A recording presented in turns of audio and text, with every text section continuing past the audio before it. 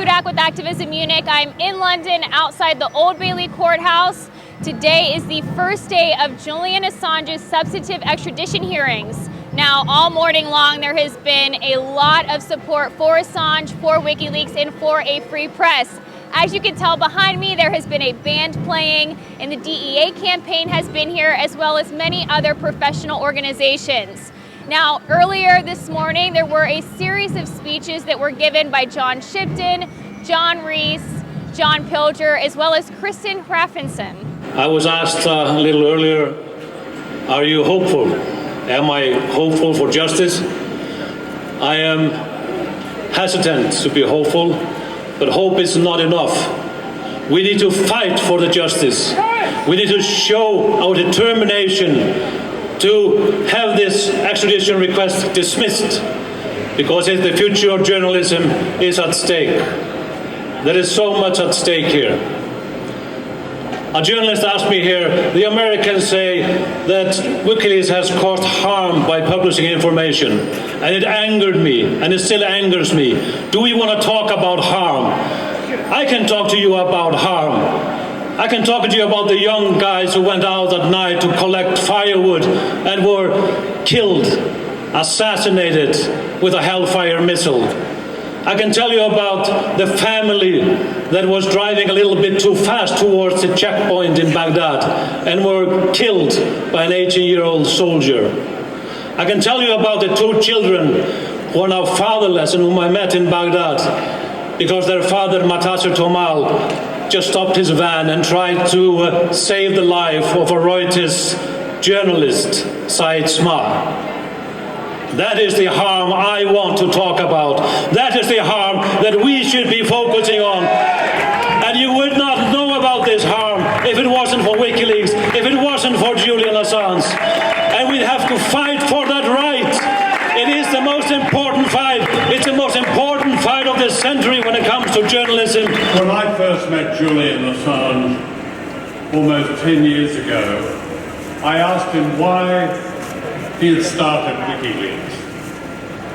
And he replied, transparency and accountability are moral issues that must be the essence of public life and journalism. We were totally shocked about the conditions of this trial. We cannot speak about a fair trial here in Great Britain. It's unbelievable what happens here in this court. I didn't expect something like this. Many NGOs, for example, like Amnesty International or Reporters Without Borders, do not have access to the court.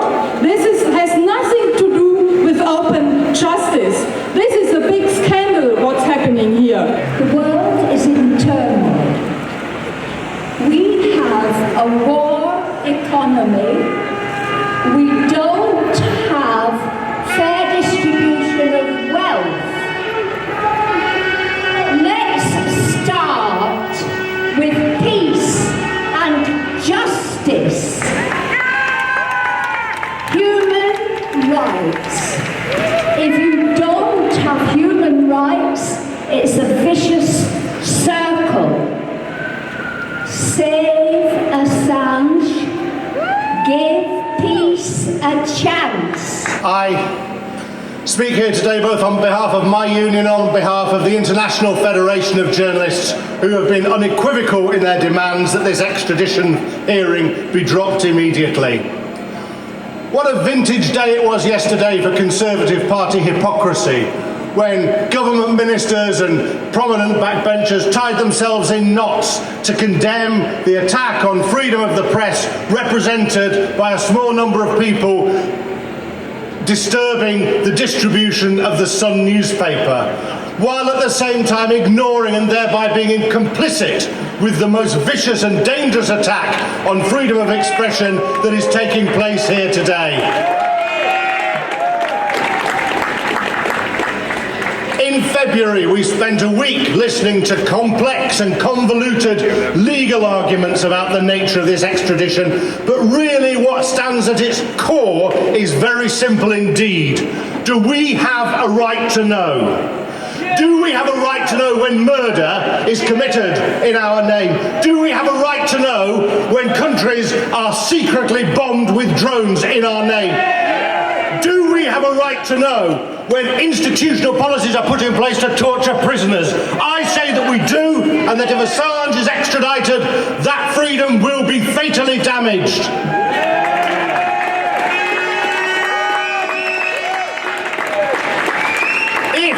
If this extradition goes ahead, if Assange is tried in a medieval legal system, it will chill journalists and free expression the world over. Make no mistake about that. That's why our call should be clear and unequivocal. End these proceedings now, free Julian Assange and defend free expression wherever it's threatened. Rebecca Vincent of Reporters Without Borders, who has been monitoring this case and advocating for Julian Assange, also addressed a crowd of protesters earlier this morning. We attempted to deliver a petition with over 80,000 signatures calling on the UK authorities not to extradite Julian Assange to the United States. Along with Julian's partner Stella Morris, we went to 10 Downing Street, where we were told as well that essentially British democracy is not currently functioning. They will not accept any petitions.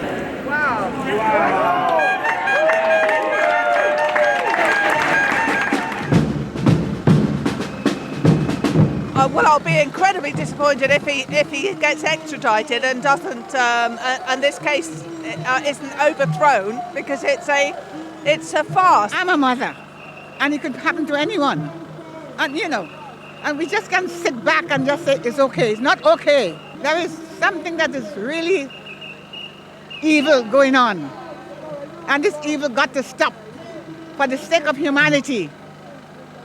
We need people that speak the truth, and when you speak the truth, you shouldn't be scared to speak the truth. I read Nils Melzer's interview, and that blew my mind. It completely changed my mind, actually, from being somebody like so many who had a question mark about Julian Assange. I could see that there's a terrible miscarriage of justice, and I therefore, with my colleague here, Gus, made a 23-minute film about the psychological torture of Julian Assange, and I think it's got well received. But it's the good thing is that people who similarly were uninterested or unmoved by the Assange case and tend to be quite conservative over here got hold of me and said this man should be released immediately. You mentioned Nils Melzer, and he was someone who was at one time skeptical of Julian Assange and didn't really support him and didn't want to look into his case. What was it that changed your mind and perhaps inspired you to create this film? The first thing was the rape allegation.